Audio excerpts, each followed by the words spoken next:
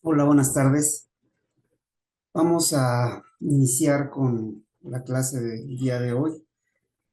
La clase va encaminada a lo que es el área de ciencias sociales, como ustedes recordarán. Estamos trabajando en la primera parte lo que es historia de México. La clase pasada trabajamos lo que viene siendo el poblamiento de América y los horizontes culturales. Aridoamérica, Oasis América, Mesoamérica. Y en este sentido, fuimos manejando etapas ya en el sentido de la llegada de los españoles y la etapa prehispánica. Algunas de las grandes culturas que llegan y se asientan en la zona principal, que es Mesoamérica, mayas, olmecas, toltecas, y cómo se va conformando estas grandes civilizaciones en tres etapas, lo que viene siendo el preclásico, el clásico y el posclásico. Y con el posclásico, con la fecha que recuperamos de 1521, la caída de México Tenochtitlan, iniciábamos el proceso de conquista, dos etapas, conquista material y conquista espiritual. Aunque van de la mano, trabajamos cómo se van desarrollando estas, ¿ok? Bien, el día de hoy vamos a darle continuidad. Esto ya es de alguna forma repetitivo porque lo trabajamos el miércoles y el viernes, ahí con sus vicisitudes, ahí con sus problemillas, pero sí trabajamos el viernes y recuperamos todas estas etapas, ¿ok? Entonces, hoy vamos a trabajar con lo que es la parte de la Nueva España, el virreinato de la Nueva España, y que, como mencionábamos, 1521 cae México Tenochtitlan y empieza otro proceso diferente al que habíamos manejado en la etapa prehispánica, ¿sí? Un imperio, los aztecas, que terminan cediendo el poder a los europeos. Entonces, la idea es que a partir de lo que nos pueden preguntar en el examen, tenemos que ir particularizando algunas ideas generales. No vamos a aventarnos todo el virreinato en una hora, va a ser imposible, pero sí vamos a tratar de manejar algunos datos relevantes que tengan que ver con las preguntas que nos puedan hacer en el examen. ¿Ok? Si van a estar presentes, ahí ya saben, como la vez pasada, vamos a recibir ahí los mensajes, vamos a tratar de checarlos en su horario. Y la otra, que para el día viernes vamos a generar el repaso, el cual va a estar encaminado otra vez a esta etapa que vamos a trabajar. Espero que ahorita me dé tiempo de llegar a lo que es eh, México independiente. Eh, Ustedes van a ir viendo el proceso, cómo se da, y espero que el día viernes me hagan preguntas sobre estos procesos que estamos viendo, porque si no hay ninguna pregunta, pues entonces estamos volviendo a dar la clase y creo que por ahí no va el asunto, pero no hay problema, ustedes me avisan, ¿ok? Entonces iniciamos. Vamos a compartir lo que viene siendo esta etapa. Uh-huh. Ahí creo que ya se está viendo. El reinato de la Nueva España. Sí, quedan a cargo los españoles, el cambio de amo, el cambio de personajes en el poder, y se da con esta etapa. Venimos de un imperio, de un sometimiento de una de las grandes civilizaciones en este territorio, y pasamos a otra etapa. Recuerden, vimos cómo se va dando este proceso y cómo llegamos a esto. ¿Ok? ¿Qué es? ¿Qué es el virreinato de la Nueva España? ¿Mm? Eh, el virreinato de la Nueva España fue una de las cuatro divisiones virreinales, es decir, cómo estaba organizado el territorio con la nueva forma de entender el proceso político y territorial en América. Perdón, perdón. Entonces, ¿cómo estaban organizadas las colonias americanas del Imperio Español? Había portugueses, había ingleses en otros espacios, pero el más importante eran aquellos que determinaban eh, los territorios de España. Y en este sentido, este imperio determina cómo se va dando. El más importante, de alguna forma, es el Virreinato de la Nueva España. El que le seguiría sería el Virreinato del Perú, y de ahí continuaría la Nueva Granada y el Virreinato del Río de la Plata, ya hacia Argentina. Ajá, y si ustedes pueden notar, ahorita lo vamos a checar, estas partes abarcan todo lo que viene siendo uh, América del Norte, Centroamérica y Sudamérica. Hay algunos espacios ahí como Brasil que no están a cargo de España. El Virreinato de la Nueva España, que es el que nos toca checar a nosotros y es el que nos van a manejar en el examen, es la primera entidad territorial, la primera organización territorial de la corona española, ¿sí? Ya que ha sido derrotado el Imperio Azteca, se establece su capital en la Ciudad de México Tenochtitlan, actual Ciudad de México, y la idea, gobernada por una figura específica, el virrey. Aquí vamos a ir sacando datos para que vayan ustedes checando cómo se dan dando las preguntas. El primer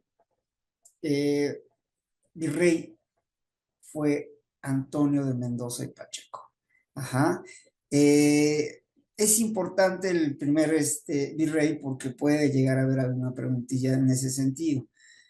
También sobre la Nueva España, una enorme extensión territorial, ahorita lo vamos a ver, y llegó a abarcar territorios conquistados por los españoles en Norteamérica y Centroamérica, lo que habíamos mencionado. A ver, aquí está el virreinato de la Nueva España. Vamos a abrirlo un poquito. Esto es de 1794. Todavía no se estructuraba bien, tuvo que ir avanzando el poder de los españoles hacia el norte y hacia esta parte. Y si ustedes ven, es todo lo que está en amarillo, vean que abarcaba Norteamérica, casi todo Norteamérica, de este lado hay ingleses, franceses, pero aquí todo lo que es lo de los españoles.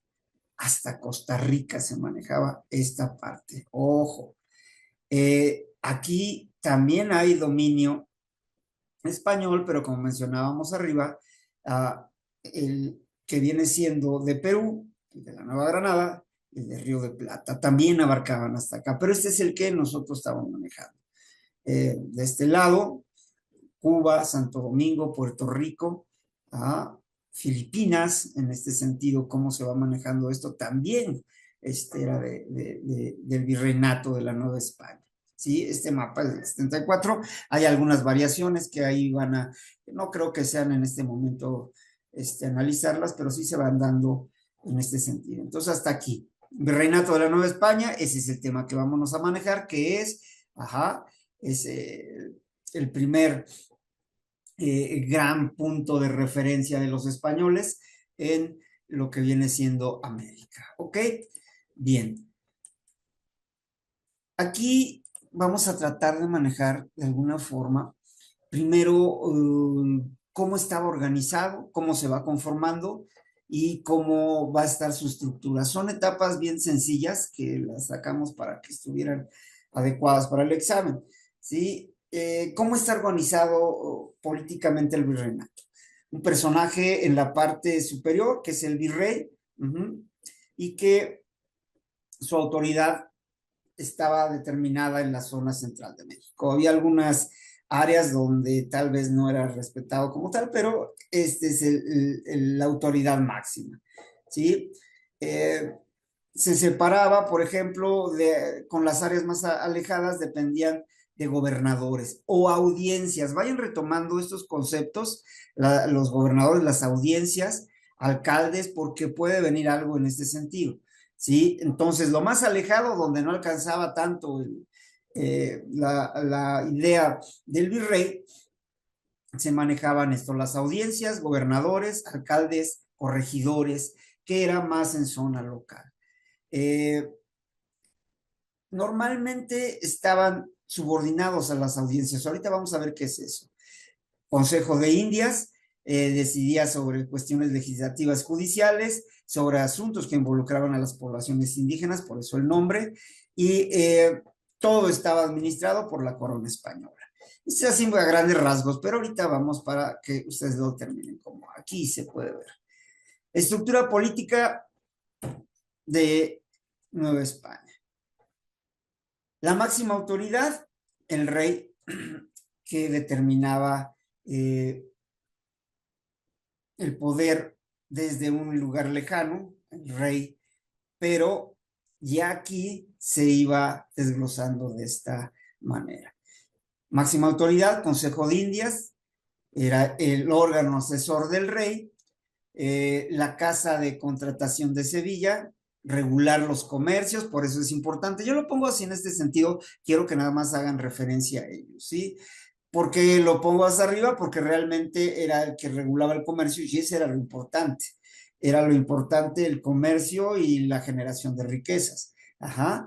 Este estaba en órganos locales que con sede en la Nueva España determinaban ya aquí lo que era el poder. El virrey, estos son, en términos generales, lo que se podríamos decir que se encontraban en España o eran los que determinaban la idea del virreinato. Pero aquí en la Nueva España teníamos, estos son los importantes aquí, virrey, representante del rey en la Nueva España, y era el que definía de alguna forma, porque sí estaba a expensas de lo que mencionara o lo que pasaba con el rey y con las políticas en España. El virrey. La Real Audiencia. Estos desde aquí, chequen, los vayan viéndolos. Es un órgano integrado por magistrados, ya hablamos en términos de magistrados, y era responsable de redactar ordenanzas, ciertos reglamentos, las ordenanzas, tómenlo ahí. Vamos a ir aquí trabajando algunos conceptos. Aquí les decía líneas del tiempo y me gustaría que trabajáramos glosarios también. Eso se los explico el viernes. Ordenanzas o reglamentos y tribunales especializados. Esto era la Real Audiencia. Los gobernadores eran designados por el rey, que también designaba corregidores y alcaldes mayores, que gobernaban territorios particulares. En este sentido, si vemos cómo se va dando la estructura. Los cabildos, que había cabildos españoles y de indios, ¿sí? Los municipios se gobernaban y hasta la fecha todavía podemos ver cómo manejamos los famosos ayuntamientos o cabildos, donde está el alcalde, regidores y síndico. Chequen cómo si hay aquí bases para lo que se maneja en algunos municipios, o acá eran ayuntamientos, ¿no? El ayuntamiento no se nombraba por el rey, era una situación representativa de los colonos, de las personas que vivían aquí y de los mismos vecinos. Todavía vemos esa estructura en algunas partes del país, casi todas, ¿ok? Ahí está. Entonces ya tenemos estructura política, vamos dándole seguimiento. ¿Cuándo inicia este proceso? ¿Cómo podemos hablar de lo que viene siendo, ajá, la época de la colonia, el virreinato? Durante los primeros años, de 1522 hacia adelante, se comienzan a realizar edificaciones para que van a dar el cambio a lo que viene siendo el paisaje urbano en este territorio. Entonces se comienzan las primeras edificaciones públicas, casas de los conquistadores, que empiezan a llegar más españoles y empiezan a generar su estructura social, política, y económica. Aquí lo que ponemos que se construye con los escombros de la ciudad de Mérida. Acabaron con ciudades completas y siguieron de alguna forma terminando con lo que estaba construido. Hay algunas zonas que desaparecieron su totalidad, con eso mismo se empezó a construir. Acuérdense de la conquista espiritual. Todo esto por mano de obra indígena.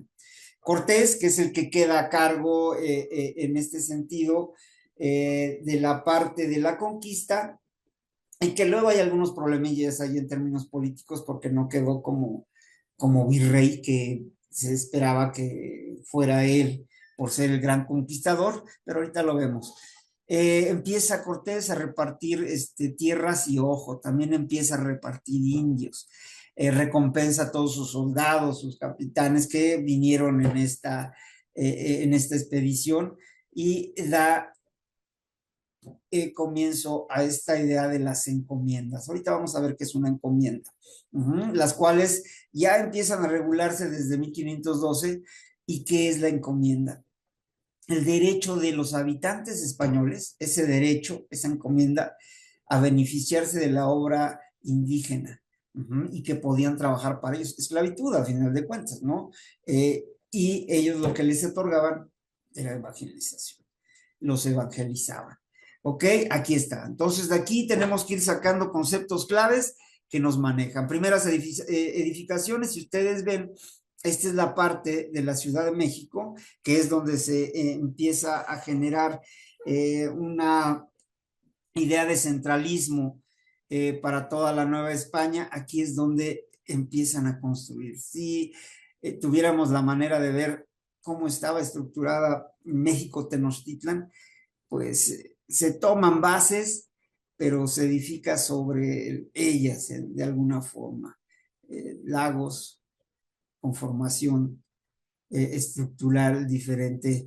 A ver si pueden conseguir ahí una fotito nueva de la Ciudad de México. Estaría bien, aquí me faltó, si puedo la pongo para cuando lo envíe y van a checar cómo están las bases. Entonces, aquí recuperamos encomiendas, que son las encomiendas y cómo se van dando.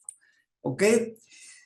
En términos sociales, la sociedad de este territorio estaba integrada por estratos sociales, niveles bien definidos en términos sociales, y que inculcaba de alguna forma, involucraba, perdón, situaciones raciales.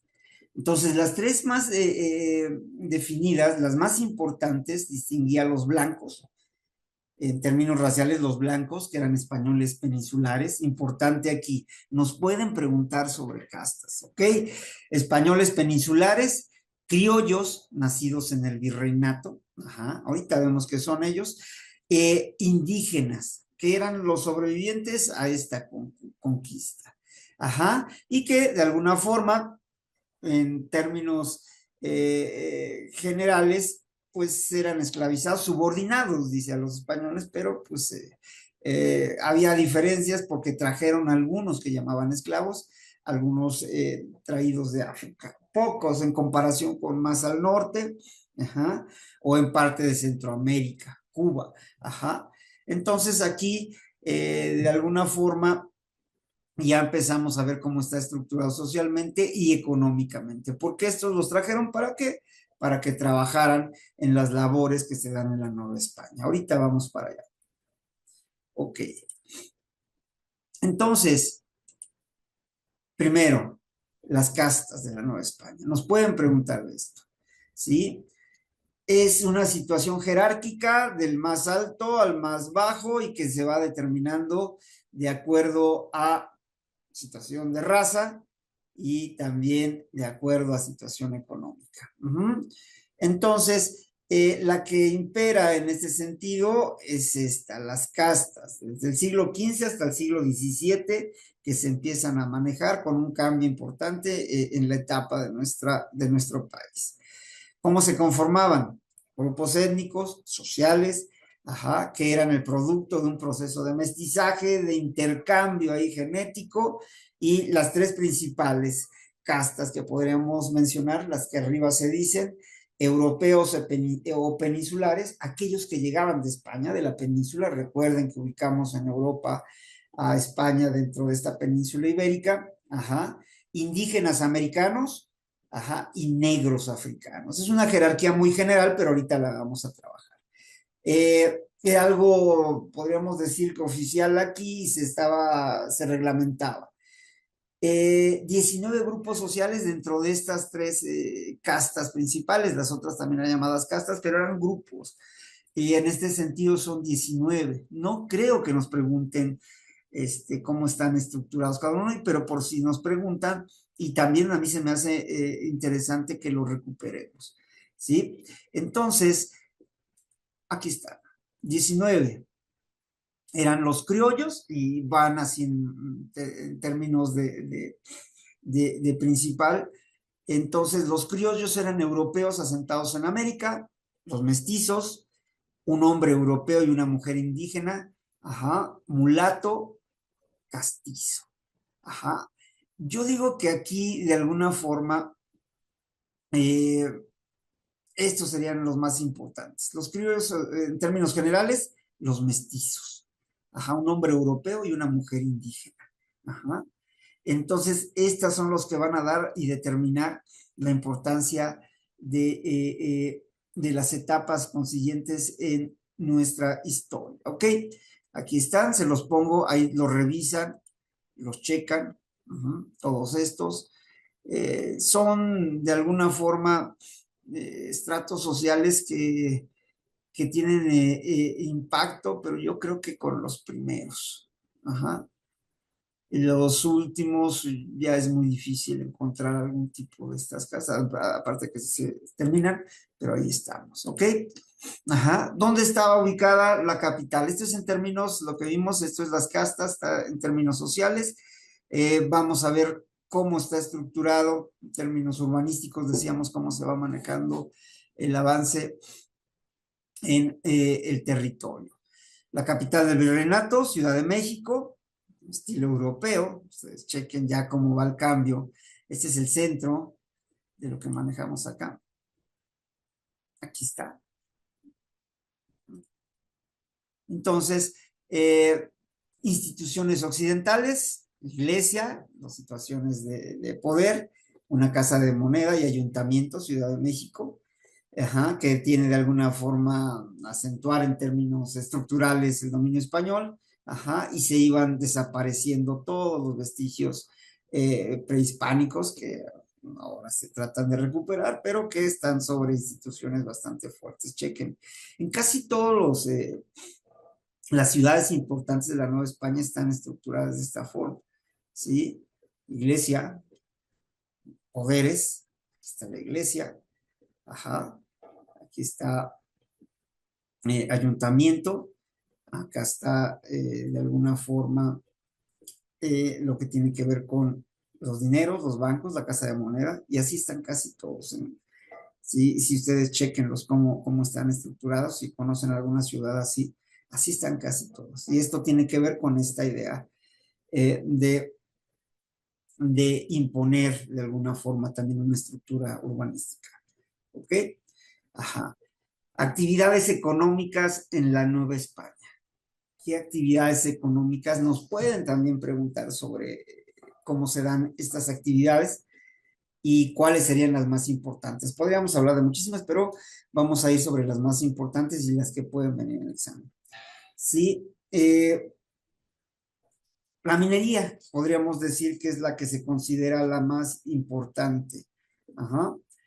Eh, ¿Por qué? Porque de alguna forma era la que generaba más riqueza.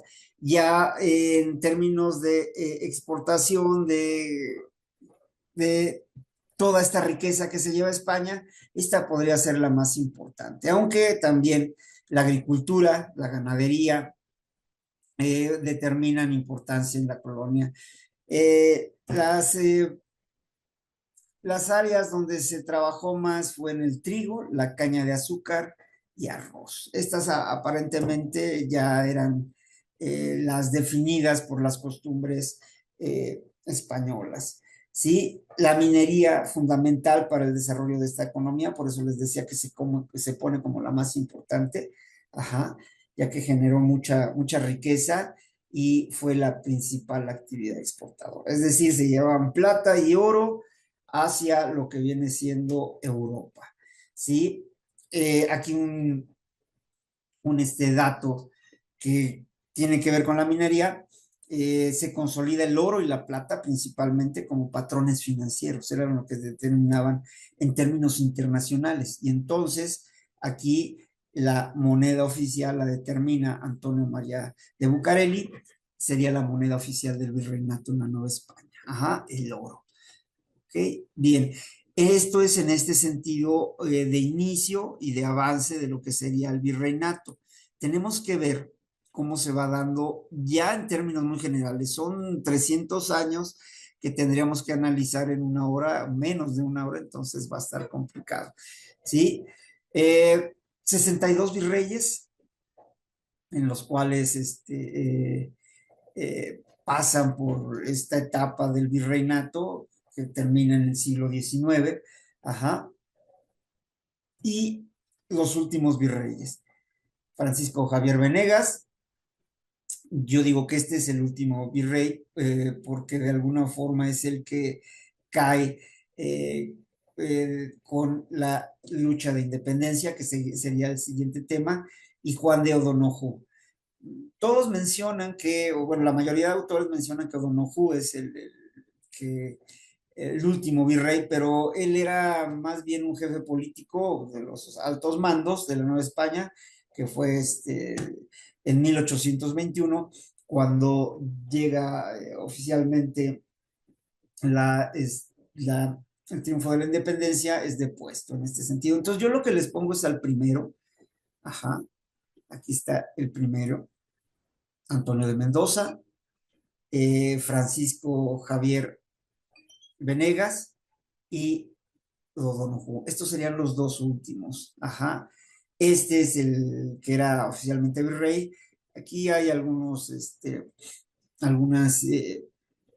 algunos autores que dicen que no, simplemente no era virrey, simplemente era un jefe político. Pero pongo los tres para que vayan ahí teniéndolos ahora que revisen. Entonces, esta es la etapa muy, muy general de lo que viene siendo el virreinato. Hay otros datos que les digo, ahora vamos a sacar así con glosarios, les voy a empezar a mandar glosarios y que ustedes vayan haciendo lo que vienen siendo nuestras líneas del tiempo, cómo van ubicadas.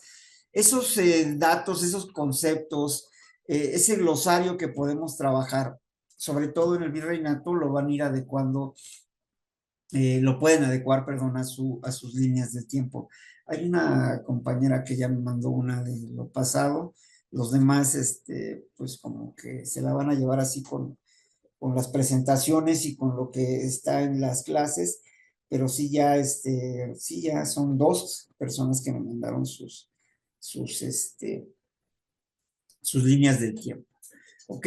Entonces pasaríamos hasta aquí, esto se los mando el día de hoy o si se puede mañana a primera hora ya para que empiecen a revisarlos. Espero que estén revisando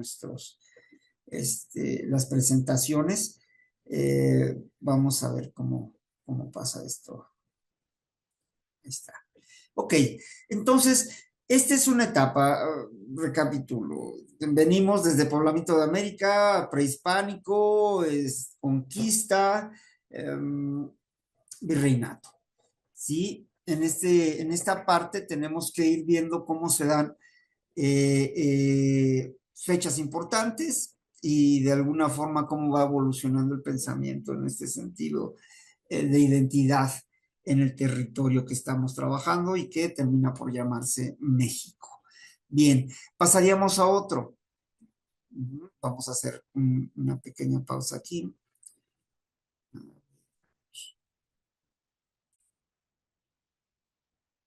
Bien, estoy haciendo tipo ediciones, según yo, pero bueno, ya lo comentaremos el día viernes. Entonces, continuamos con lo que viene siendo Historia de México. Recuerden, vamos a trabajar Historia Universal y Estructura Socioeconómica. Entonces, sí es muchísima información. Además, traemos todo de humanidades. Entonces, vamos a hacer lo más prácticos que se pueda. ¿Ok? Bien. Terminamos lo que viene siendo virreinato, digo, muy sencillo para toda la información que se maneja, y vamos a continuar con que sería con el México independiente. Aquí yo creo que ya sí podemos hablar en algún sentido de lo que es México como tal. Si no Tenochtitlan, no virreinato, no España, ya manejamos esta diferencia. Etapas en ese sentido del México independiente. Ajá, planes. Pueden llegar a preguntar. Planes es complicado, son muchísimos, pero en este sentido eh, se da esta idea. A ver, creo que me equivoqué estamos en esta parte. Perdón, perdón. Son las vicisitudes, son los problemas de estar aquí grabando, que no me gusta, ya les dije, permítanme.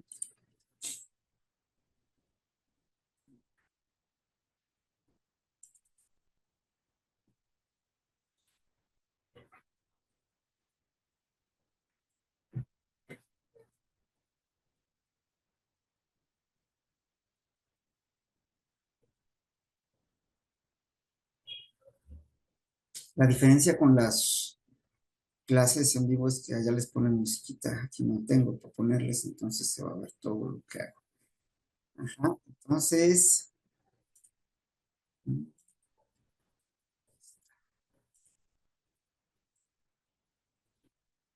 aquí está. Esta es otra etapa importante y es una de las etapas que definen ya la estructura de nuestro país, como les decía. Ajá, antes del México independiente, yo he hablado por otros siglos, vamos a manejar cómo se da esta idea de la independencia de México.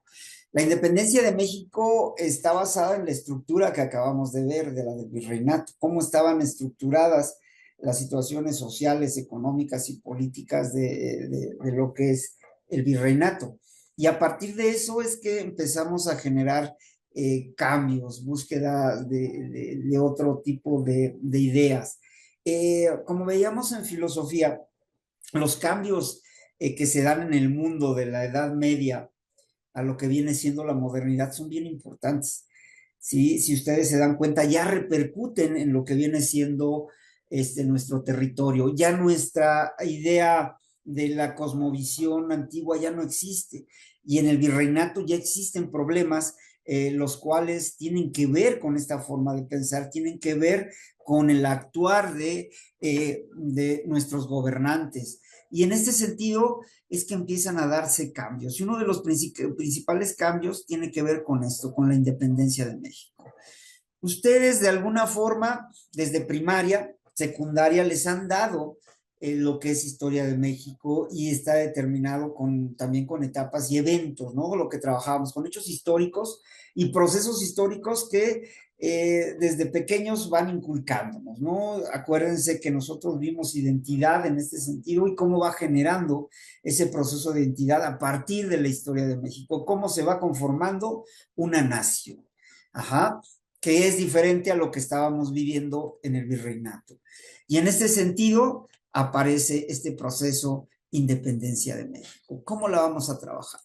La independencia de México, proceso revolucionario, proceso de cambio, que nosotros tenemos los datos básicos, 1810. En 1810 inicia este proceso violento, proceso de guerra civil que concluye en 1821. Son 11 años que de alguna forma el país está en conflicto y que busca liberar al país de un dominio colonial, ajá, por parte de España. Esta parte de, del cambio que se genera en el mundo también está presente en los personajes que viven en este territorio, no en sí los mexicanos, porque todavía no se define bien esta parte de identidad, ¿ok? Este proceso fue impulsado por factores sociales principalmente, que es los que nos enseñan, pero también hay factores económicos y políticos, que es los que vamos a tratar de ver ahorita. Ajá, y que han generado en todo este proceso de virreinato un descontento en las clases sociales de la Nueva España, pero no son los únicos factores, ¿sí? La independencia de México surge eh, principalmente desigualdades sociales que se dan, pero nada más en una idea de cambio de los personajes de los privilegiados y en este sentido empieza a generar en toda la sociedad cambios específicos. Tenemos a la nobleza española como que de alguna forma es es esa clase social que ahora podríamos hacer la comparativa con esos grandes millonarios en la actualidad, ajá, con otras características, pero sí serían estos nobles españoles, peninsulares. Eh, Hay una mayoría que no cuenta con esos privilegios y también mestizos, criollos, personajes que de alguna forma van buscando tener algo de ese poder, principalmente con ellos. Ahorita vamos a ir para allá. Pero la independencia de México no tan solo son esos descontentos, o sea, es un descontento por algunas clases específicas, pero yo creo que lleva más, es más complejo. Y tenemos que analizar los factores externos que influyen en este conflicto armado. Y eso es lo que vamos a realizar. Ujú.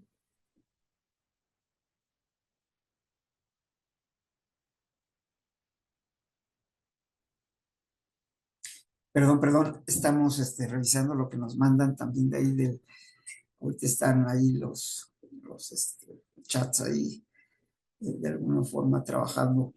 Bien, entonces, ¿qué factores? Causas. Primero, ¿qué causas provocan la independencia de México? Yo pongo tres. Ajá. Son tres las que pueden determinar este, eh, eh, este hecho histórico de relevancia para el país. Ajá. ¿Cuáles fueron las causas? Primero, lo que ya habíamos analizado en el virreinato, esta estructura de castas, ajá, donde los criollos, que son los descendientes españoles nacidos en América, los nacidos aquí, pero que no son españoles puros, por decirlo de alguna forma, son los que están descontentos. Ajá, esta estructura a ellos no les conviene. Si llega alguien de España, un peninsular, o sea, ante ellos no tienen las mismas garantías, principalmente económicas, pero también políticas. Entonces, esa es la principal inconformidad. O sea, los indígenas, las castas inferiores como tal, sí están en una situación de una desigualdad muy marcada, pero realmente los que inician el descontento como tal en estos términos de cambios de pensamiento a nivel internacional, de alguna forma está precisamente determinada por los criollos, ¿sí? Eh, Ellos sufrían de alguna forma discriminación y falta de algunas oportunidades, digo, principalmente políticas, frente a los españoles peninsulares, ¿sí? Los criollos resentían no poder estar en altos cargos y si estaban, podían ser reemplazados fácilmente por un peninsular. Entonces, de alguna forma, yo creo que ahí es la causa. Sí manejan todo el descontento, pero las otras clases, los indígenas, mestizos, mulatos, de alguna forma, pues no tenían la capacidad de reacción ante estas situaciones. Son los criollos los que empiezan a generar ese proceso de cambio y en beneficio de ellos. Ojo, tenemos que ver cómo se da esta situación. Esa es la primera, estructura de castas. ¿Por qué? Cómo está estructurada, cómo está definida y esas diferencias principalmente entre criollos y peninsulares. ¿Ok? Segunda, las ideas de la ilustración. ¿Se acuerdan que vimos un proceso del Renacimiento que pasa a la modernidad en este sentido llamado la Ilustración?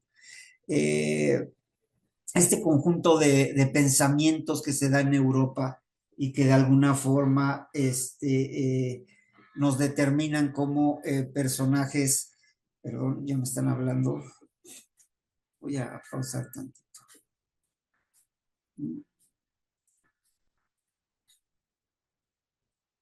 Bueno, bueno. Hola, estoy en clase. Ya le puse pausa, ya aprendí cómo poner.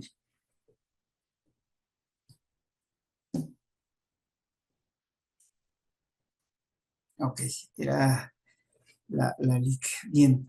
Entonces, estamos en la segunda causa, ¿no? Las ideas de la ilustración. Ajá. principales pensamientos que promueve esta etapa en Europa, principalmente libertad, igualdad y derechos de los pueblos a gobernarse a sí mismos. Esta idea de cambio ya en la sociedad, les digo, pasamos de de la Edad Media a la modernidad, y en la cual ya estos pensamientos empiezan a generar cambios. Acuérdense cómo vimos estas ideas que empiezan a permear en todo el mundo, ¿sí? Los avances tecnológicos, el nuevo pensamiento filosófico, lo que viene siendo el protestantismo, empiezan a cambiar ya y a generarse otro tipo de cuestiones, ¿sí? Entonces, estos son los principales, ¿no? Ideas de la ilustración, si nos llegan a preguntar, primero, estructura de castas; segundo, ideas de la ilustración, que promueven libertad, igualdad y derechos de los pueblos gobernarse. No sé por qué me recuerda la Revolución Francesa, pero bueno. Y comienzan a difundirse en la Nueva España. Les digo, empiezan a generarse ideas de cambio. Los criollos, como decíamos en las castas, que son los más afectados en términos políticos, ajá, los criollos educados se empiezan a influenciar por estas ideas y empiezan a cuestionar la legitimidad del gobierno español. Ahí está, yo creo, la principal causa.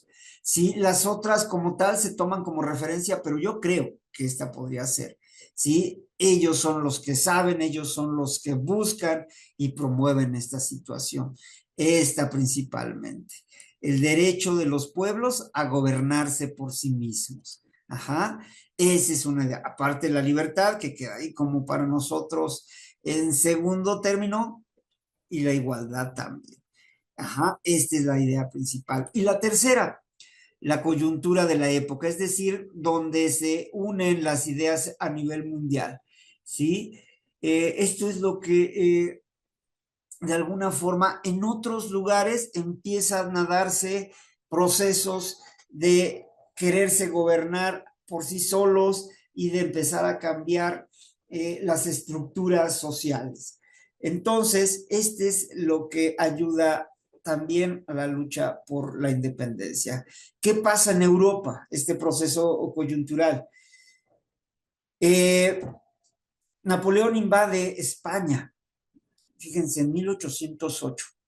Ajá, desde ahí ya empiezan los procesos.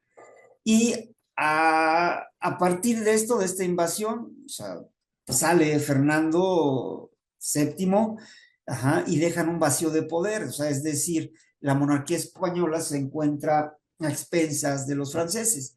Entonces, al estar nuestra corona, digo nuestra en este sentido de que pertenecíamos como colonia, a estar en conflicto, hay una situación política importante que aprovechan precisamente los criollos en la Nueva España para decir, ah, bueno, si ellos no tenemos ahí un poder bien definido, vamos a empezar a generar lo que mencionábamos en esta parte, que vamos a generar de alguna forma el derecho de los pueblos a gobernarse por sí mismos.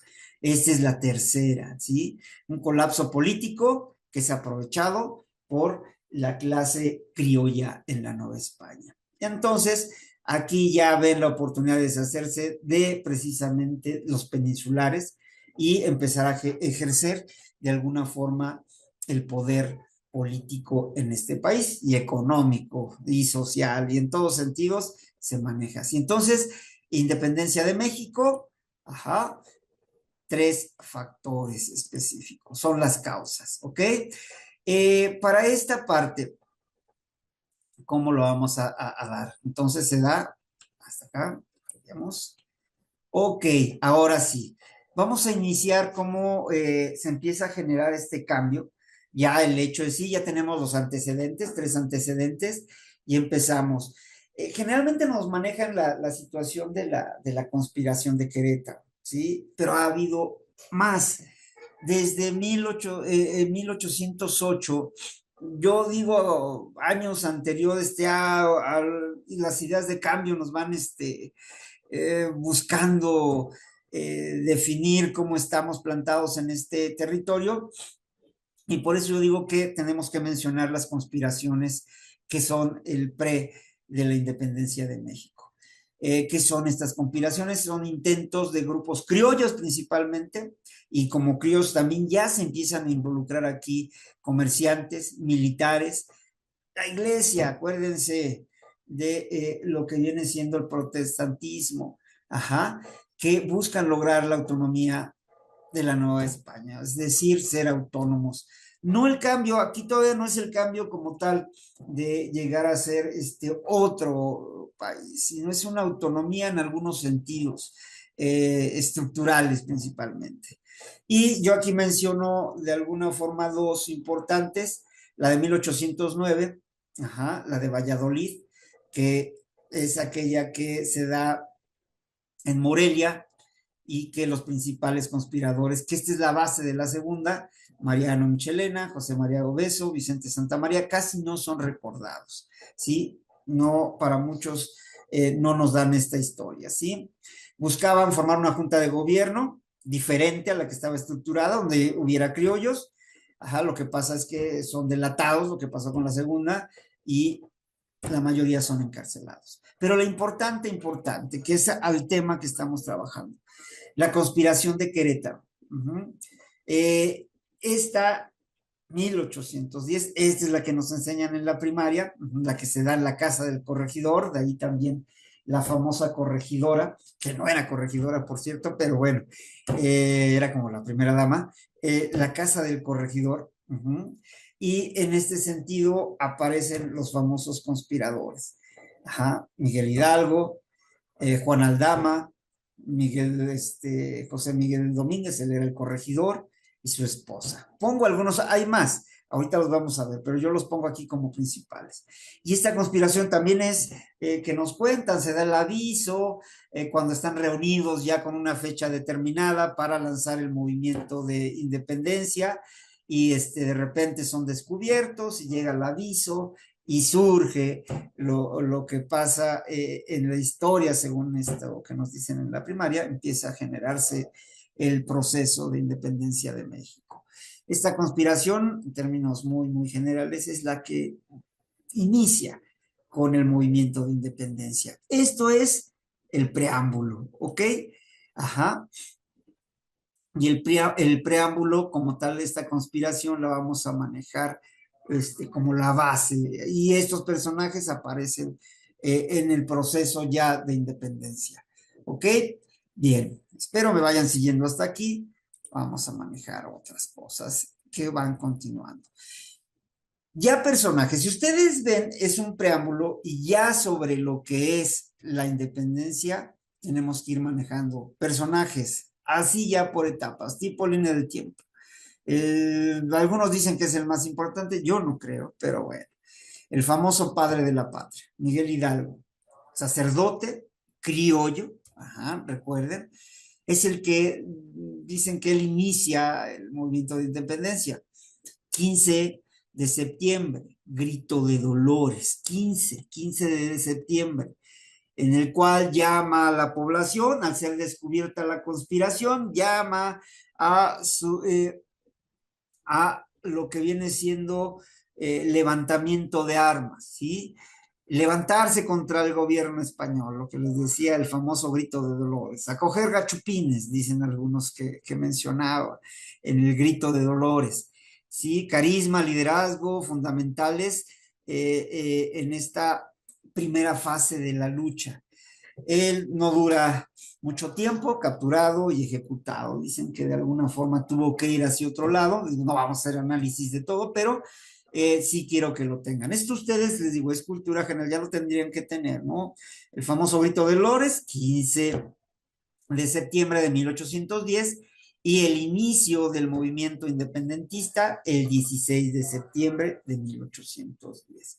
Ajá, a partir de los conspiradores de Querétaro. ¿Va? Ok, bien. José María Morelos y Pavón. Estoy separándolos así por etapas, ¿sí?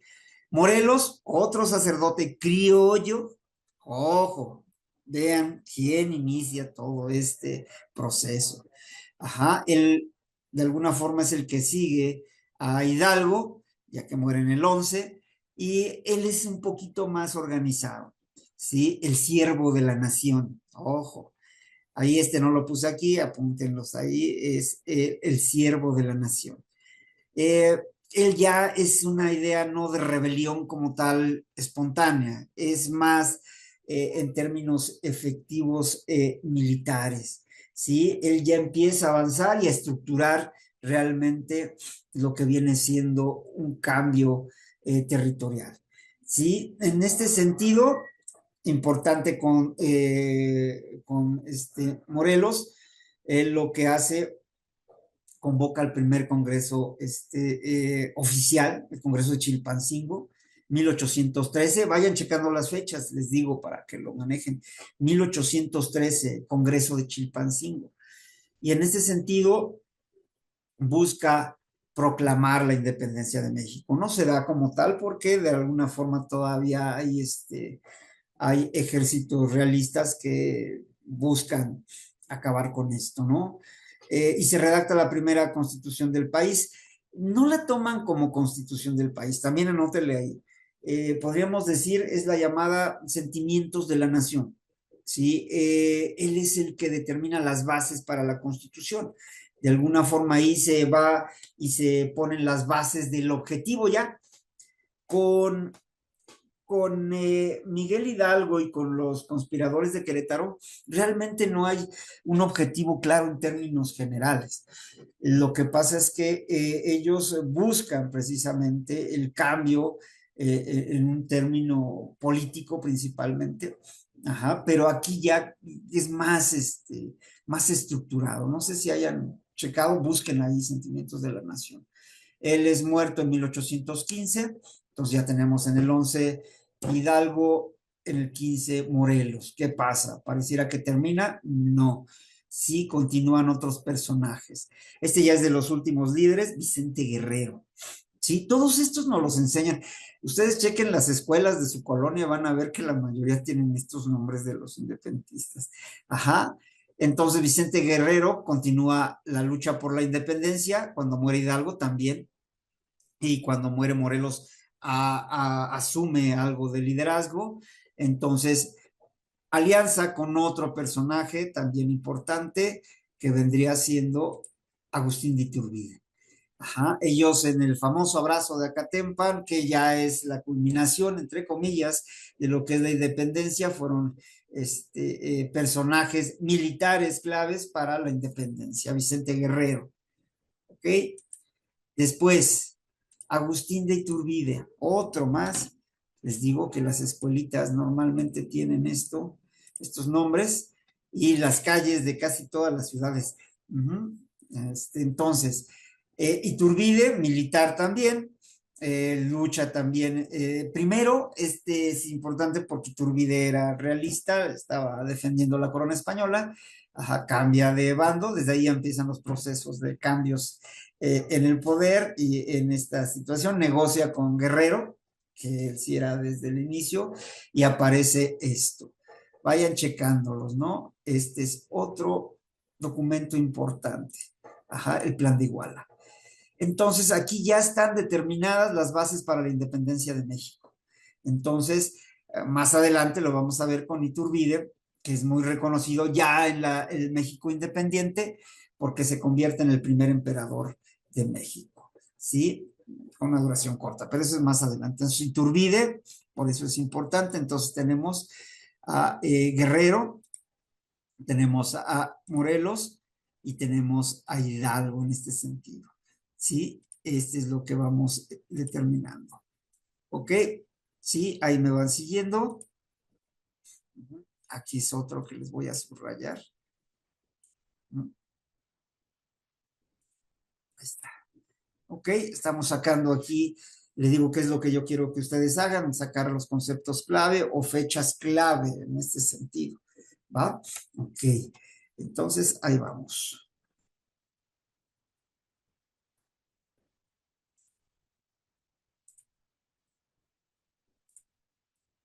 Entonces estamos aquí con Iturbide. Yo recupero a estos, ¿sí? Ustedes, de alguna forma, pueden ahí echarse un clavo. Recuerden que esto es autodidacta, de alguna forma tienen que echarse un clavadito ahí con algunas cosas que les llamen la atención y ya con la guía ya podremos sacar algunas, algunas, algunas palabras clave ya diferentes, pero esta es la base como tal. ¿Ok? Bien, vamos aquí. Ahora, ya lo manejé con los que vienen siendo en este proceso los más importantes, que yo retomo, que he visto en las guías, y también, pero la independencia también se puede manejar así, etapas de la guerra. Normalmente los libros de historia, los oficiales de las primarias, secundarias, manejan esto, ¿sí? Etapas de la guerra de independencia, y ahí se van desarrollando. Ya ustedes van a poder ver cuál podría ser lo más favorable para el examen. ¿Ok? Perdón, perdón, también estoy aquí en otra cosa.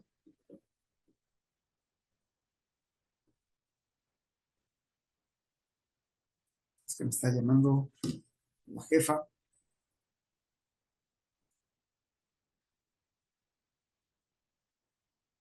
Ok. Perdón, perdón, así voy a estar porque me están aquí, les digo que no me gusta grabar clases, pero bueno, ¿cuáles serían? Con los antecedentes que ya mencionamos, toda esta idea de los tres antecedentes, pero se acuerdan de los tres primeros que manejamos con estos personajes, con los conspiradores, se inicia todo lo que viene siendo esta independencia. Aquí ya llegamos con cómo se va dando, ¿sí? 11 años de lucha de la guerra de independencia. Revueltas, un país en caos, un territorio más bien en caos, y que va determinando lo que viene siendo eh, el nuevo espacio en lo que viene siendo México ya como tal.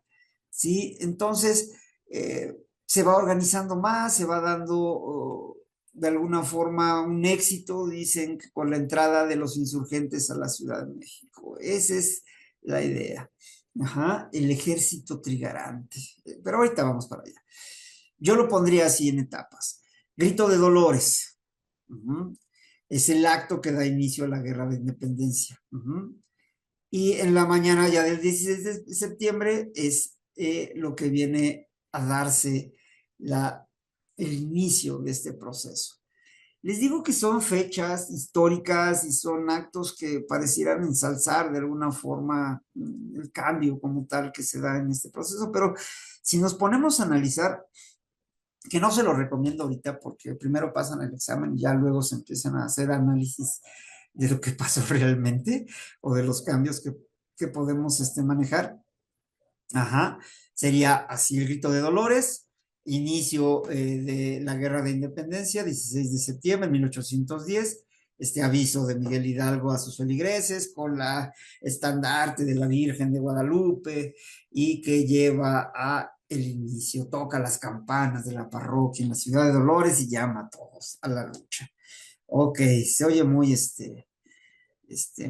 muy no sé, mejor no digo el concepto porque si no luego me fusilan. Ok, Grito de Dolores.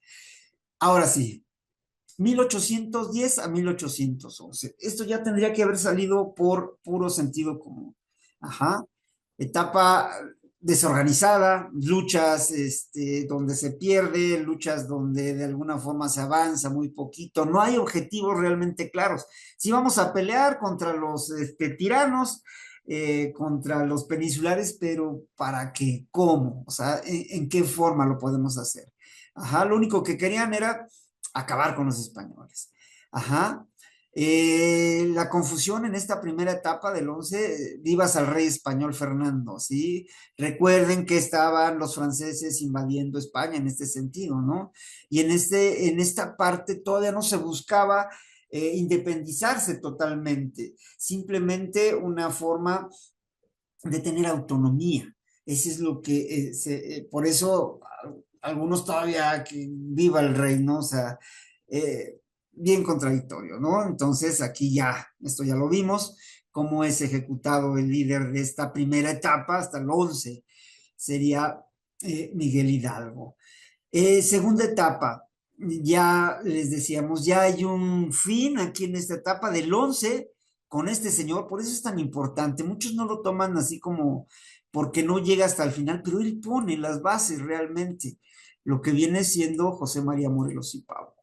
Eh, si puedo, el día de hoy les voy a poner imágenes, a lo mejor así hay una referencia, no ponen en los exámenes imágenes, pero sí tengan referencias. Este señor de Paliacate, el otro está en un proceso, acá está, aquí está. Este es lo que viene siendo Hidalgo. Ahí si ven la foto, búsquenla también. Por ahí está Morelos. Es el que les quería mostrar. Ya no veo. Bueno, ahí debe de andar Morelos. Entonces, pero sí está Guerrero, sí están otros personajes ahí. Pero bueno, búsquenlos y sí podríamos trabajar así también con las imágenes. ¿Ok?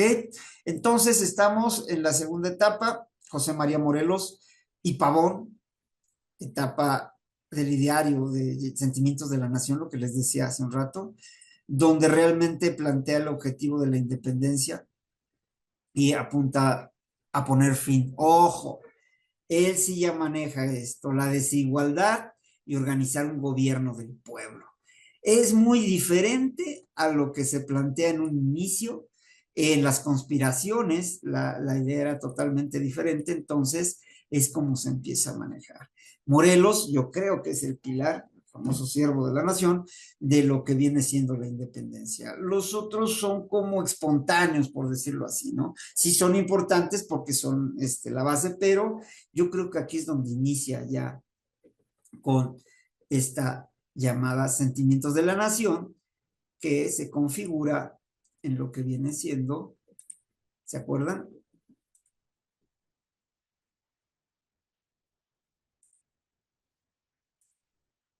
El Congreso de Chilpancingo.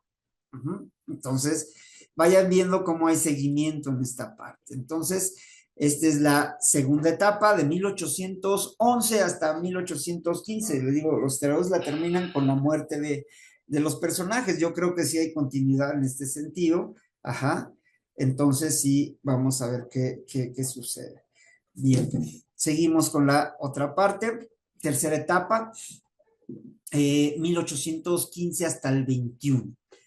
Importante que vayan retomando esto para sus líneas. Las fuerzas españolas debilitan a los insurgentes, enfrentamientos, continúan en el sur sobre todo, se dan en el sur, el norte es menos, porque recuerden cómo está estructurada lo que viene siendo el territorio del virreinato. Entonces, en el sur es donde se da todo.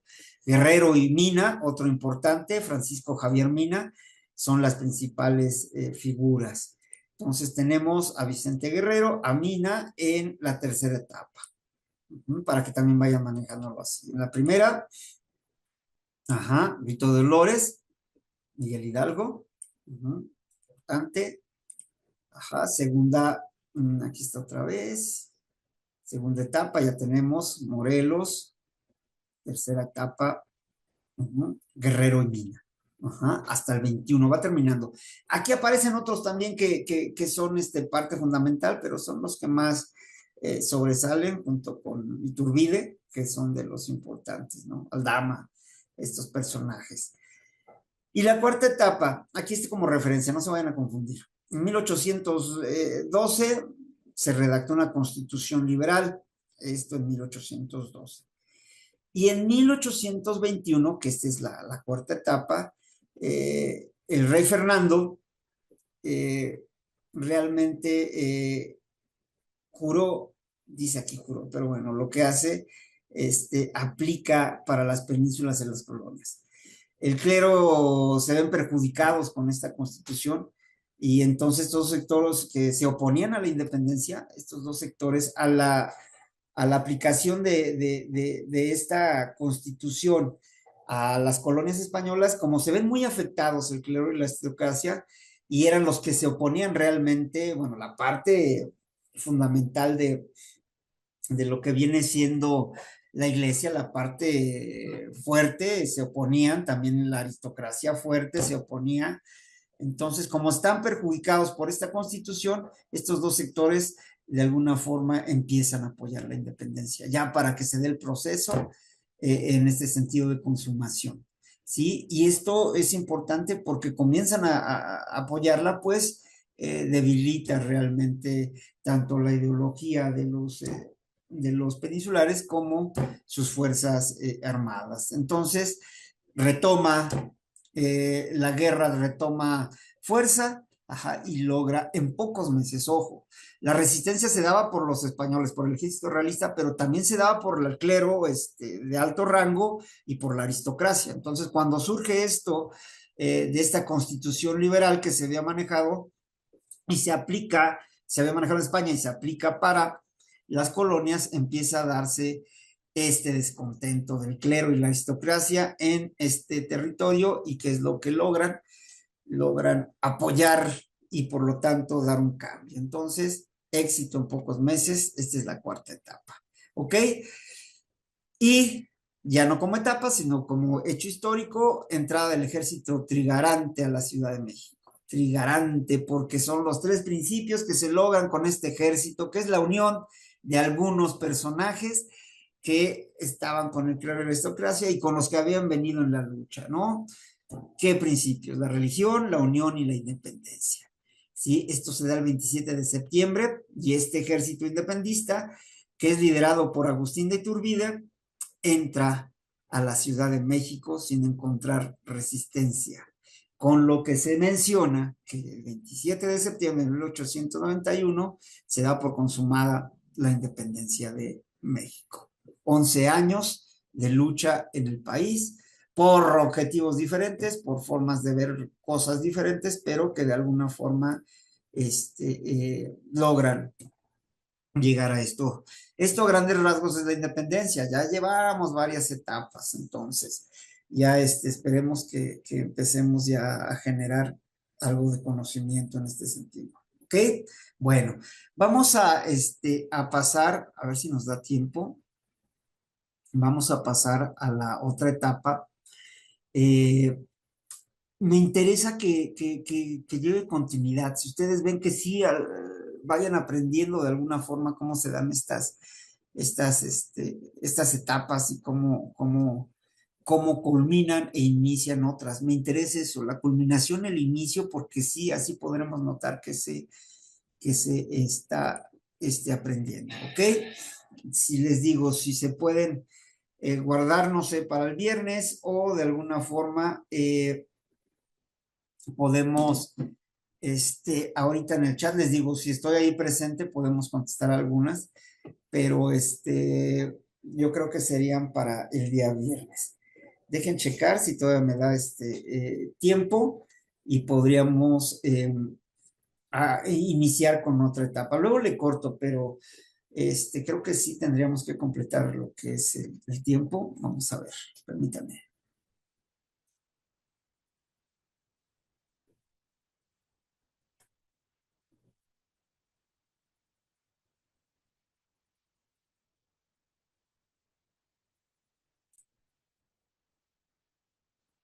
Bien, entonces, vamos, si nos da tiempo para continuar, vamos a la siguiente etapa y a ver cómo se está definiendo como tal. Ujú.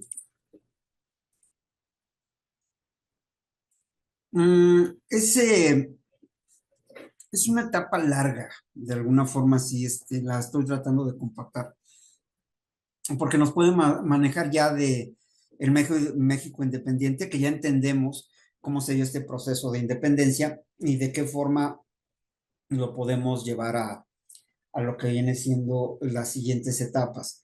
En esta etapa de México independiente, yo podría mencionar que iniciamos desde 1821 hasta el 2025. Es México independiente, ¿cierto? Pero hay etapas que sí voy a manejar en particular, que son relevantes. Les digo, si vieron el programa de la clase pasada, se preguntan dos, tres, una pregunta dependiendo de las etapas. Tuvimos un problema ahorita, no problema, tuvieron problema los que presentaron exámenes para ingreso a la universidad. ¿Por qué? Porque decían es que no viene nada de la guía. Les manejan etapas, igual aquí les manejan etapas. Y las etapas de alguna forma abarcan muchísima información. Eso es lo complicado de estos exámenes. Abarcan muchísima información y te hacen una pregunta. Si tú te concentras en la guía, te vas a quedar en un solo espacio de esa etapa. Entonces, la idea sería abarcar lo más que se pueda en términos generales y empezar a trabajar el sentido común. ¿Sí? Y eso es lo que yo platicaba con mis alumnos que presentaron a la universidad. Es que no venían, pues, no te tocó de alguna forma, pero por eso te tienes que preparar en términos generales. Se pusieron a aprenderse la guía de memoria. Sí es importante tenerla como referencia, pero creo que también es importante generar conocimiento en este sentido y eso es lo que estamos intentando, ¿ok? Bueno, me estaba viendo aquí que está un poco raro la luz, pero bueno, vámonos a lo que viene siendo el México independiente. En este mapita se puede ver qué es lo que manejaríamos de inicio. Primero, el contexto histórico del México independiente. ¿Cómo llegamos? 1821. ¿Cómo queda el país? ¿Bajo qué circunstancias se inicia un proceso ya de un México independiente? Ajá. De 1821, ¿cómo se da esta situación? Las ideologías del siglo XIX. Ajá, dos ideologías importantísimas en esta situación del México independiente. La ideología conservadora y la ideología liberal. Dentro de la ideología liberal aparece la moderada y la radical. Uh-huh. En este sentido, se da otra parte que tendría que ver con lo mismo, pero que sí tenemos que marcar las diferencias. Ajá, dos ideologías, conservadora y liberal. Dos proyectos de nación que tienen que ver con las ideologías. Aquellos que buscan, que son los conservadores, buscan tener una monarquía.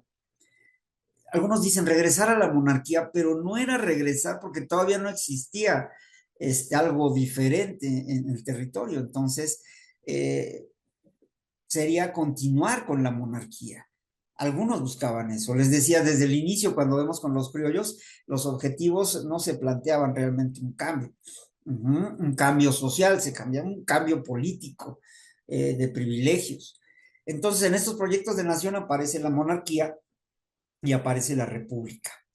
Dos ideologías diferentes totalmente. En la monarquía aparecen dos divisiones, que son los borbonistas, aquellos que buscaban regresar o reconocer a la casa de los Borbones, que es el cambio con los franceses en España, ¿se acuerdan que vimos esta parte ahorita? Entonces, y aparecen en la monarquía, se toma como monarquía el pensamiento imperialista, los iturbidistas. Recuerdan Agustín de Iturbide, un personaje que aparece en el proceso de independencia de México. Esas son las dos ideas de la monarquía. O nos representa reconocemos a un rey, aunque tengamos aquí nuestras propias autonomías, pero nos reconocemos como parte de la corona, o en ese mismo sentido la monarquía, bueno, somos diferentes y vamos a tener nuestro propio emperador. Esa es la idea en este sentido con la monarquía como primer proyecto de nación. El segundo proyecto de nación, la república.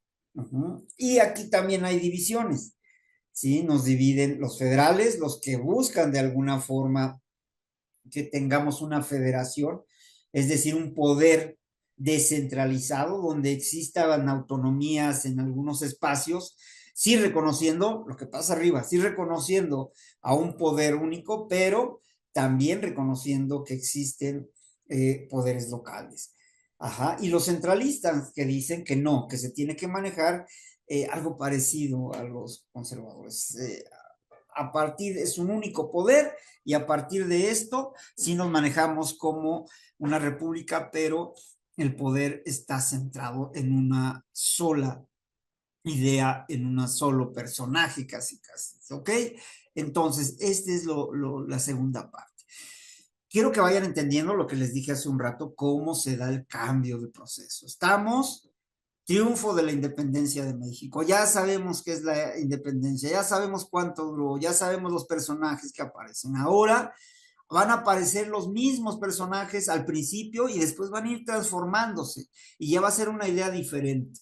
Ya va a ser una parte en la cual tenemos que analizar otro tipo de estructura, otro tipo de pensamiento, de economía, de política. ¿Ok? Entonces, este es lo primero. Primero, los proyectos de nación, monárquico e imperial. En este sentido, ya como nación, también mencionamos que es nación la parte histórica de un territorio que nos determina esta identidad. Ajá. Las posiciones ideológicas que se tenían en este país. Ya que se dice consumada la independencia, empiezan a discutir cómo va a funcionar el país, de qué forma, y es donde empiezan los problemas. Ajá. ¿Cómo se lograría el desarrollo? Desarrollo como crecimiento en todos sentidos, como nación, el desarrollo económico, político, social, cómo vamos a estar representados de todo el mundo. Si ya somos independientes, ¿qué hacemos? ¿No? O sea, eh, yo logro mi autonomía con mi pareja y ¿qué voy a hacer? O sea, debo de tener algo bien fijo que voy a hacer. Esto pasa igual. Ellos se independizan de España, pero ¿y ahora? Hay que conformar objetivos ya como personas autónomas. Entonces empiezan a surgir ideas, cómo se va a lograr esta autonomía en este sentido. Y hay que definir un proyecto de nación, ¿sí? ¿Cuál es el que mejor nos conviene o al que le conviene a ciertos grupos? Ese es el problema, es a ciertos grupos, no es a todos como tal. Entonces, los grupos que actuaban en ese proceso, en ese proyecto de vida, eran tres. Ajá. El republicano, formado por antiguos insurgentes, los borbonistas, que insistían en que el emperador fuera un príncipe de la Casa de Borbón, es decir, traer otro de allá, de España, de la Casa de Borbón, y que pues ya, él nos representara. No pertenecemos como tal, como colonia, pero tenemos un representante de la Casa de Borbón. Entonces, lo que decíamos hace rato, conservador. ¿Qué es un conservador? Aquel que no busca los cambios como tal, conservar algunas ideas. Podemos conservar esto, o sea, ¿para qué cambiar? Y el liberal, que de alguna forma busca cambios de raíz. Vamos a cambiar todo, ¿no? Estos son dentro de este proceso monárquico imperial. Y los iturbidistas, que este es el que va a triunfar, que querían que se nombrara emperador a Iturbide. Nada más vamos a cambiar el representante si somos independientes, tenemos nuestro emperador, pero lo demás lo vamos a conservar de alguna forma, no igual, pero ya va a ser todavía bajo una situación eh, con raíces monárquicas, ¿ok? Bien. Y aquí pasamos. Triunfa el iturbidismo, ajá, y empezamos. De estos proyectos, de estas ideologías, ajá, triunfan estos. Uh-huh. Y aquí, plan de Iguala, otra vez, vámonos sacando esta ratificación de tratados de Córdoba. Si no aparecen o si no los menciono ahorita, ustedes vayan buscando.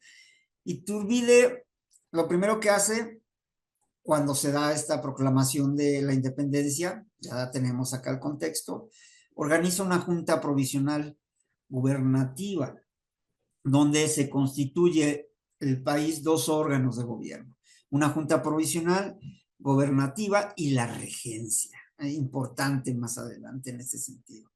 Ajá.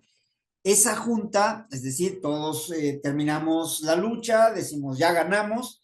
Bueno, ¿quién está? ¿Estás tú? ¿Estás tú? Vamos a ver qué podemos hacer. Logramos una junta provisional y una regencia. La junta convoca elecciones, dice, vamos a nombrar a nuestro representante. Y entonces, 24 de febrero de 1822, se instala un primer congreso.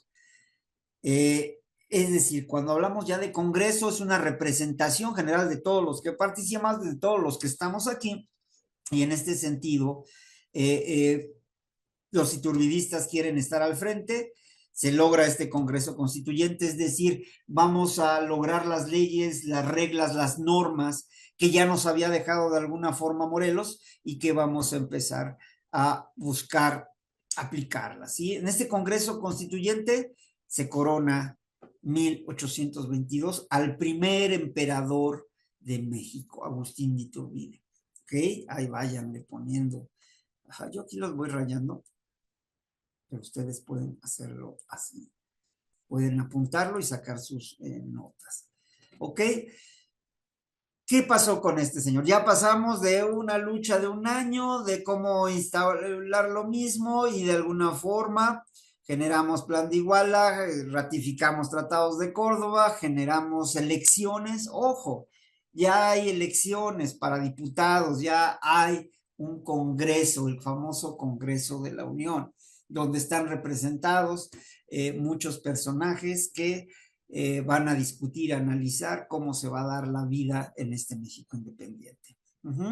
Entonces logra ganar Iturbide. Dicen que fue ahí una, alguna eh, marrullada política, ya se empezaba desde esas épocas.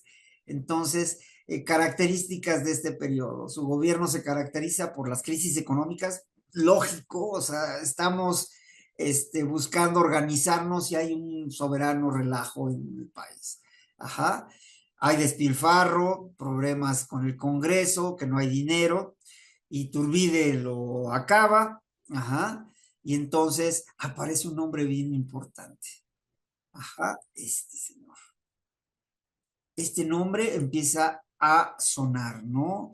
Cuando se hace la disolución en este periodo de 2 años del imperio, ajá, aparece un nombre bien importante, Antonio López de Santana. Ustedes ya tuvieron historia, entonces ya lo empiezan a ubicar, ¿no? O sea, además, en ese sentido, cómo se van dando los procesos históricos en este país, ¿no? Santana, uno de los mejores vendedores, y no de Electra, sino de otras partes. Perdón por la palabra, ya me dije ahí, yo me autochuté en este sentido. Ajá, y entonces busca ir contra el primer emperador, entonces aprovecha para levantarse en armas, plan de Casamata. Aquí vamos a hacer, aquí me gustaría, yo se los puedo hacer, pero la idea es que ustedes lo trabajen. Plan de Casamata, Santana, así como se oye, vamos a hacer una listita de planes o un cuadro de planes en los cuales, quiero quitar estas rayas si no puedo. Ok. Eh, en este plan de Casamata en 1823, reinstalan al Congreso que había quitado lo que es Iturbide, pero si se dan cuenta es a partir de eso que surge y aprovecha Santana para levantarse en armas, reinstalar el Congreso y cambiar el gobierno a una república. Iturbide en el 23 abdica y es exiliado. 21, 22 y 23. Ni 2 años duró, o sea, aproximadamente año y medio, o sea, lo empiezan a Santana, lo echa con el plan de Casamata. Ya empiezan los procesos para que Santana quede al frente. Se van a ir dando cuenta ahorita cómo se da. ¿Sale? Ok, hasta aquí vamos. Primer imperio, ya venimos de las ideologías, ya venimos de los republicanos, borbonistas y turbidistas, ajá, al primer imperio y al plan de Casamata. ¿Ok? ¿Qué es lo que hace este nuevo cambio que se da? Ya estructurado un congreso como tal, empieza a manejarse que, bueno, pues ya quitamos al imperio, ya cambiamos, ya la república. Entonces, en 1823, que traemos este seguimiento de este plan, 1823 se da en México. Fíjense cómo se van dando los procesos de poder, cómo empiezan, ¿no? Primero, Iturbide, después, ¿quién aparece? Un triunvirato. ¿Qué es un triunvirato? Ajá. una forma de gobierno en donde el poder es ejercido por tres personas. Y estos tres personajes, también nombres de calles: Nicolás Bravo, Guadalupe Victoria y Pedro Celestino.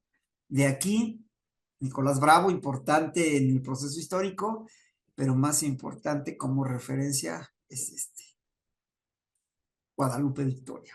Ustedes ya se están acordando quién es Guadalupe Victoria, ¿sí? Y ya lo tienen ahí, les digo, desde primaria ya nos dijeron. Ya se conforma a partir de este triunvirato, se va a conformar en el 24, se va a determinar este triunvirato, la república queda instituida. ¿Y cómo se da como república? Porque se promulga la Constitución de 1824. Importante.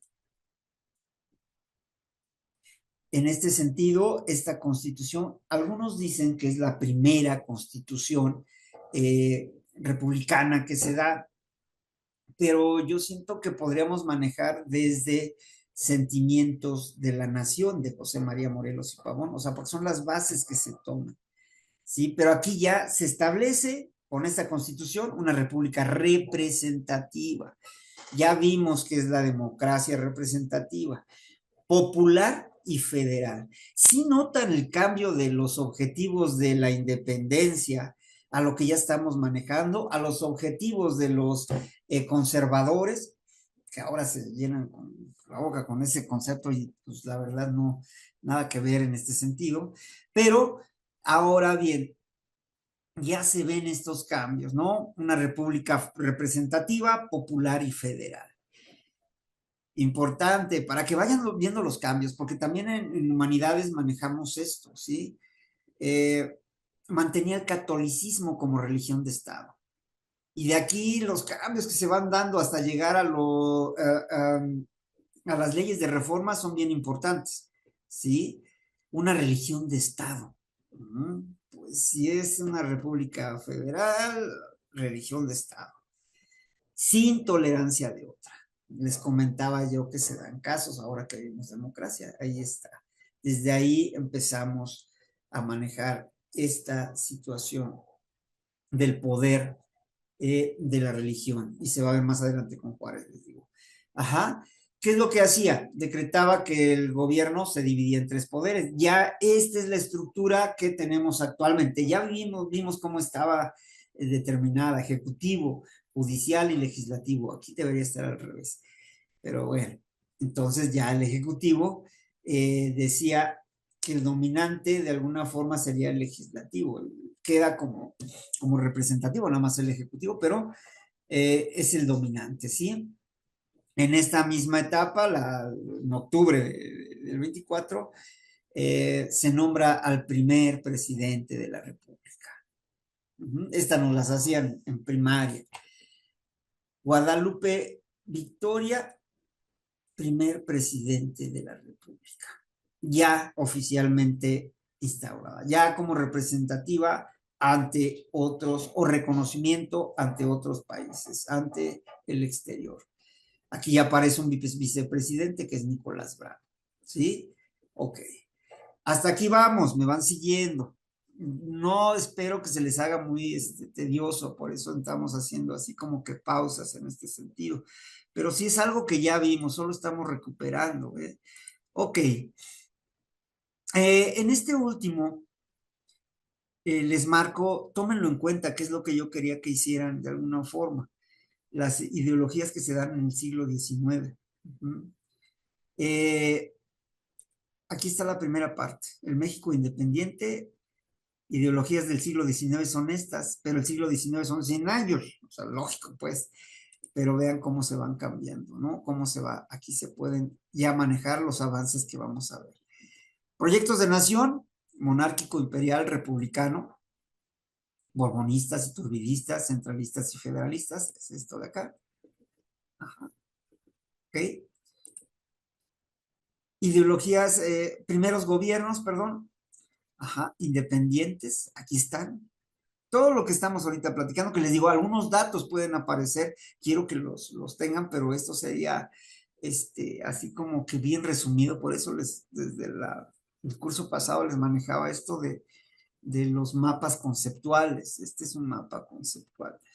Primeros gobiernos independientes, Agustín de Iturbide, una república federal y centralista, que es la que gana, y ahí va siguiendo cuando aparece de alguna forma aquí nos faltaría poner en esta república a Guadalupe Victoria, y ya pasaríamos a los gobiernos centralistas, que es lo que nos toca analizar, con las famosas 7 leyes. Santana, ya aparece el señor Santana, y algo que sí tenemos que definir, que ahorita a ver si nos da tiempo, no llegamos hasta acá, que serían las 3 intervenciones extranjeras en nuestro país. Son estas 3, así de fácil. Guerra de 1846 al 1848, la intervención francesa, la primera intervención francesa y la segunda intervención francesa. Dos francesas, una norteamericana o de los Estados Unidos. Ya como República Federal, ya cambia la situación centralista de Victoria, aparece el señor Benito Juárez, y Sebastián Lerdo de Tejada, con lo que vienen siendo las leyes de reforma. Aquí hay más personajes que esta es la parte que vamos a manejar después de Guadalupe Victoria.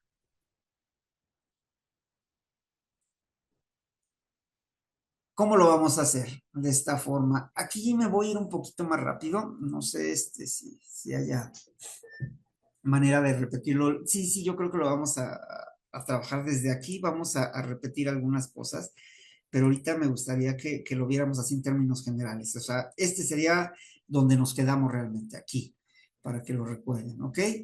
¿Qué son las 7 leyes? Las 7 leyes aparecen aquí. Ya llegamos aquí con los gobiernos centralistas.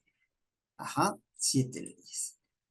Tiene que ver con estos gobiernos centralistas, son del 36 al 46. Ajá. Primera constitución centralista, llamada las 7 leyes. Ajá. Entonces tenemos acá otra, la del 24. Esta es una constitución representativa. Esta, las 7 leyes, que se maneja como segunda, sería la del 36. Ajá. En este sentido, la llaman las 7 leyes, pueden preguntarnos así, pero es la segunda constitución, la del 36, así lo manejan, en la cual, al cambiar la situación federalista republicana, pasa a ser centralista. El poder se va a concentrar en un solo espacio, ¿no? Se disuelven gobernaturas, ya no hay gobernaturas, representantes de los gobiernos de los estados, ajá, y todos los gobernadores y sus empleados, es decir, todo depende directamente a lo que viene siendo el gobierno central. Para que entiendan esto, cómo se da la diferencia en este sentido, ahorita voy a hacer una pausita cuando pase el fierro viejo. Y bueno, lo dejamos correr. Y en este sentido, vemos cómo se maneja esta idea en la actualidad.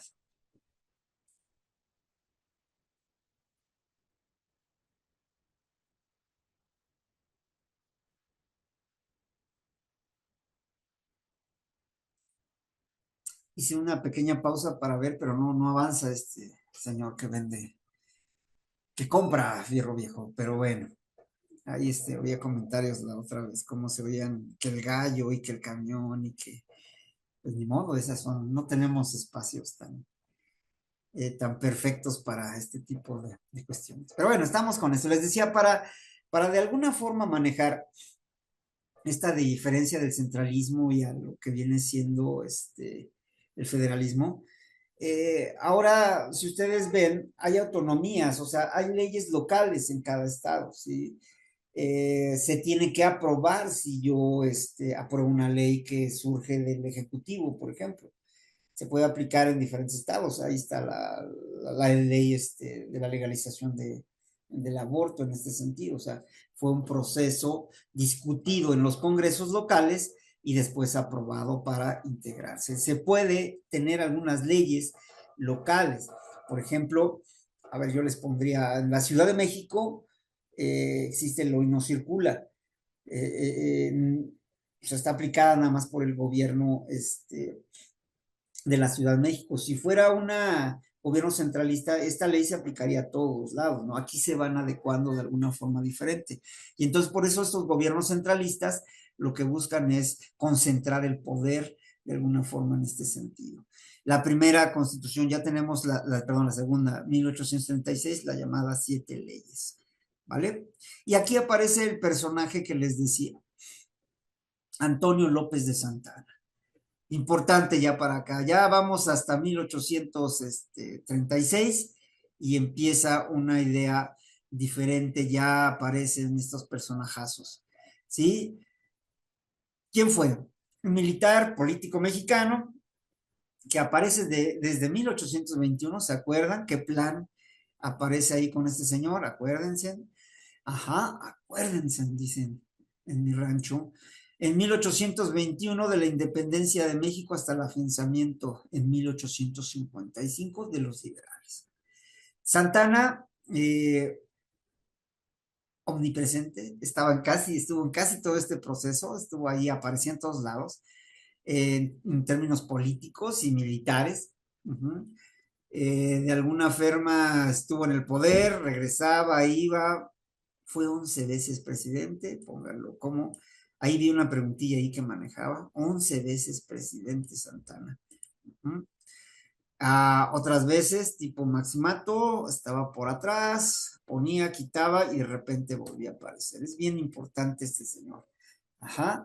Y de alguna forma, él determinaba los relevos presidenciales y promovía y quitaba dependiendo a sus intereses. Personaje maquiavélico, pero que de alguna forma retomó a los antiguos personajes que se daban al inicio, ¿no? Iturbide, todo esto. Vamos a checarlo. De vamos a ver algunas cuestiones básicas de Santana, nada más como referencias también. Les digo, también con él se podría analizar mucho hasta 55. Imagínense cómo vamos de apurados en este sentido. ¿Ok? Bien. Retomamos el 35, por eso aparece Santana aquí, porque aparece todavía hasta el 55, pero aquí vean. La otra idea, las tres, Primera Guerra, uh-huh, es del 35 al 53. Ajá. Regresamos un poco en ese sentido porque es un evento muy, muy importante. La independencia de Texas se da de alguna forma desde el proceso del emperador Iturbide, que autoriza a americanos a poblar Texas. Uh-huh. Entonces, empiezan a llegar colonos desde más de la zona central de Estados Unidos. Ajá. Y entonces, para el 35, si estamos con el señor Iturbide, es el 23 que da la autorización, para el 35 ya el 80% de la población de Texas es de origen norteamericano, o sea, inglés, francés, no sé, inglés. Ajá. Y en 1800, aquí nos falta, bueno, ahí lo vamos a corregir, los pobladores de Texas deciden separarse de México. Es bien importante. En México han existido con Yucatán, con el sur y con el norte estas ideas de independizarse de lo que es el gobierno mexicano. Entonces deciden separarse de México, Santana, ya estamos con este señor, viaja a Texas, enfrenta el levantamiento, todavía no anda en proceso de presidencia, ajá, y derrota la famosa batalla del Álamo, que hay hasta películas ahí en ese sentido, donde, donde este señor los vence en la batalla del Álamo. Se firman los famosos tratados de Velasco, donde se maneja que deben de estar en este sentido dependiendo de nosotros, aunque sean de origen norteamericano. Ajá. Aquí se da el proceso. Primero buscan la independencia de Texas, después la guerra de 1845. Eh, Al no ganar, ¿qué es lo que pasa? Pues buscan, dicen, bueno, no vamos a ser independientes, nos anexamos a los Estados Unidos, ajá, y en el 45, ¿qué es lo que pasa? México le reclama y no acepta esta anexión, ¿sí? Entonces declara la guerra a México en 1846. Sería de las primeras guerras que vamos a ver. Invaden el norte del país, Taylor. Estados Unidos también por el sur, entra por Veracruz, la capital. Ajá. México es derrotado, Churubusco, ya saben cuál es, el castillo de Chapultepec, los famosos que según ya no son los niños héroes en este sentido. Ajá, Santana huye del país. Ajá, y el 2 de febrero del 48 se firman los tratados de Guadalupe Hidalgo. México, no nada más Texas, también pierde Alta California, Nuevo México por un pago de $1,500. Aquí estos los voy a cambiar. Estos todos nada más como referencias. Este es importante. La primera guerra que vamos a ver y tiene que ver ya con Santana. La venta de la mesilla, otra. Por eso dicen que es el mejor vendedor, porque él estuvo ahí, ¿no? De alguna forma, él es el que estuvo en todas estas negociaciones, ¿no? Yo no creo que haya llegado y a ver, dame tanto y órale, sino que es un proceso ahí interesante. Ajá. En el 53, perdón, el gobierno de Estados Unidos vuelve a presionar en este sentido para definir bien los límites, ajá, de lo que es el Río Bravo y las nueces, este cambio que se da de México hacia allá, y el gobierno le ofrece por esta parte $10,000 por este territorio. Dicen que sin consultar, dicen que lo vende Santana, ¿no? Fueron negociaciones desde aquí, ajá, desde Texas a todo este tratado de Alta California, Nuevo México, y también lo que viene siendo la mesilla. Si ustedes se ubican en el mapa pasado que estábamos viendo cómo está estructurado lo que viene siendo la parte de lo que era el virreinato y hasta dónde abarca en los Estados Unidos. Y si ustedes se dan cuenta cómo va reduciendo, al final vamos a ver un mapa y lo vamos a tratar de comparar con esto. Por ejemplo, un mapa de 1836, 35-36, con un mapa de la actualidad y van a ver cómo estaba determinado. Aquí medio se pone, les digo, voy a cambiar estas imágenes. Tratar de hacer un poquito más amplias para que lo vayan viendo. Digo, no es, tal vez no sea muy importante para el examen, pero yo digo que puede venir una pregunta en este sentido. ¿Va? Entonces, ahí vamos. El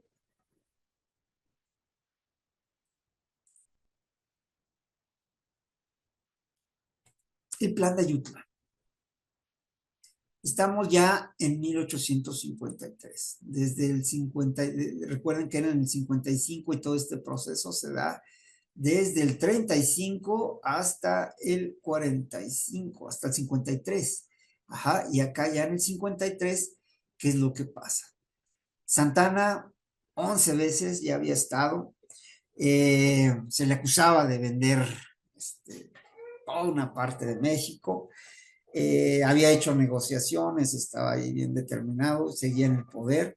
Entonces ya empieza con el descontento, sobre todo con los personajes que están en la política, algo parecido en la independencia, ¿no? Los personajes que están en el más alto rango son los que no están conformes. Bueno, también los demás, pero vemos quiénes son los que inician con los cambios, ¿no? Y empieza un tipo de rebelión en este sentido en contra de este proceso de Santana. Ajá. Entonces, aquí el plan de Ayutla, población que pertenece a Guerrero, aparece otro personaje que es Juan Nepomuceno Álvarez, Ignacio Comonfort, Florencio Villarreal, y otros opositores al régimen.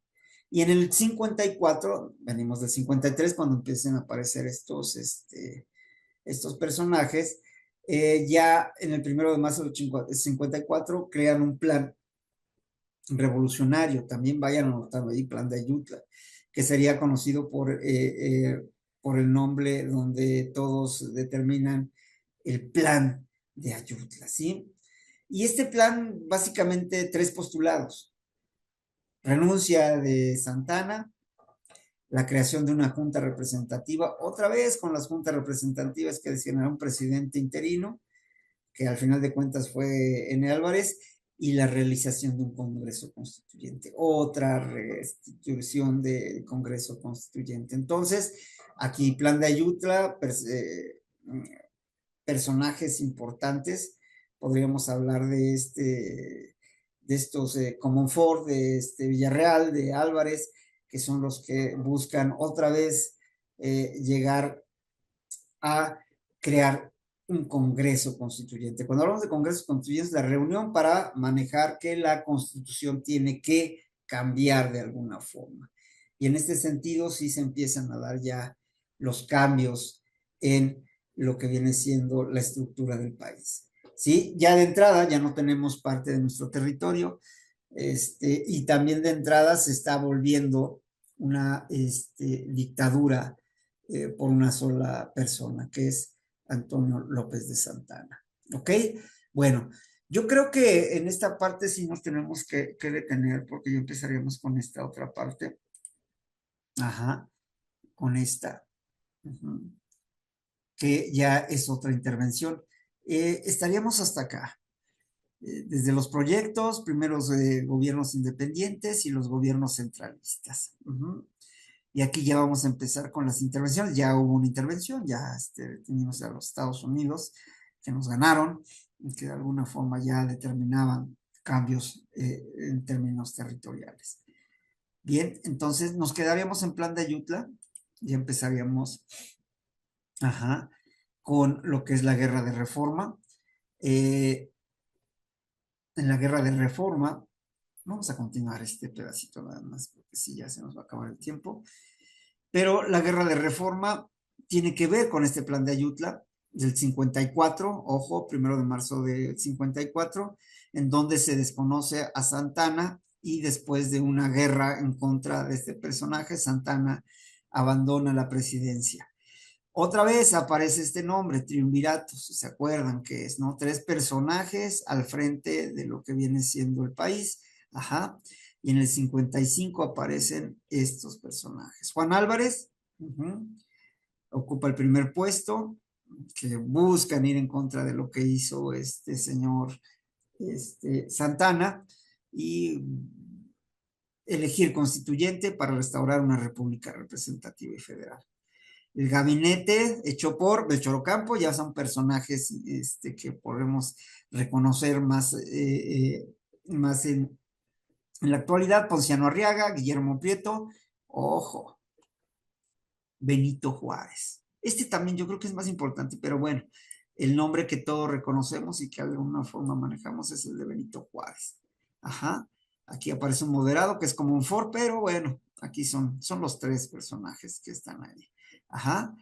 Entonces, ahí aparecen las famosas leyes de reforma. Pero hasta ahí, nada más quería que lo checáramos. La guerra de reforma, hasta dónde llega, y aquí continuaríamos en este sentido, con el plan de Ayutla del 54 y con la llegada precisamente del triunvirato y donde aparecen ya algunos nombres importantes.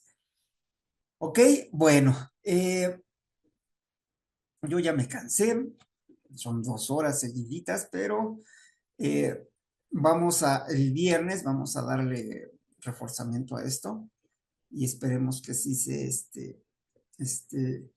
haya quedado claro de alguna forma este proceso hasta donde vamos de la historia de México. Recuerden, todavía nos falta una gran parte hasta el siglo XX, XXI. No, XXI no llegamos, pero después falta historia universal y todavía es mucha información que vamos a ir manejando. Por eso la recomendación de los mapas conceptuales. ¿Vale? Nos vemos el viernes y ahí determinamos el miércoles con otros temas sobre lo que es historia de México. ¿Sale? Bueno, les agradezco mucho. Cuídense y el viernes nos vemos. Ahorita voy a dejar un pedacito así como que se vea esto y ya, pero ya finalizamos. Nos vemos, gracias.